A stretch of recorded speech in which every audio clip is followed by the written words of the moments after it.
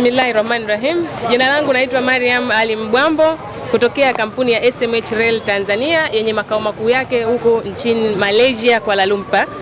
Leo tumekuja kutoa zakatul fitri kwa niaba ya chairman wetu Dr. Datuk PK Nara.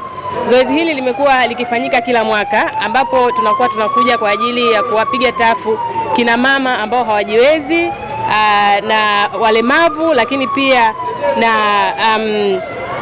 watoto yatima. Pia tukitoka hapa tunaenda kwenye vituo vya watoto yatima na tunatoa zakatul fitri. Chairman wetu Dr. PK Datuk Nara amekuwa akifanya consistently kutoa zakatul fitri kila mwaka. Kila anapofika kipindi cha Ramadhani, wakati kama huu wa Eid, basi tumekuwa tukijikusanya misikiti mbalimbali kwa ajili ya kutoa zaka. Mwitikio umeonaje zoezi hili?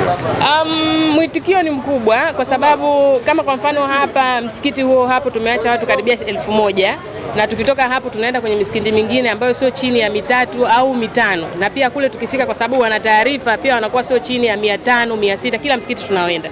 Mwitikio huwa ni mkubwa sana kila mwaka. Tunagundua kwamba wahitaji ni wengi, na kusema ukweli lazima tutoe shukrani nyingi sana kwa chairman wetu Dr. PK Datuk Nara kwa sababu hii ni njia ambayo amekuwa give back, kutokana na kwamba amekuwa akifanya biashara hapa Tanzania tangia mwaka 2013, na hii ndio njia yake ya kutoa shukrani kwa wananchi. Wapokeaji wao mkiwafikia kuburudisha kwa jamii, wao wanapokeaje? Kwa kweli naona kama wanapokea kwa furaha kubwa sana, kwa sababu hata vitu ambavyo tunawapa, mahitaji ambayo tunawapa nyumbani sio kwa sababu ya kesho tu sikukuu, ni mahitaji ambayo yanakwenda zaidi ya wiki 1 au 2 wakienjoy wao pamoja na familia zao, so wanakuwa wanafurahi sana kwa kweli. Jumbe wote kuelekea Eid?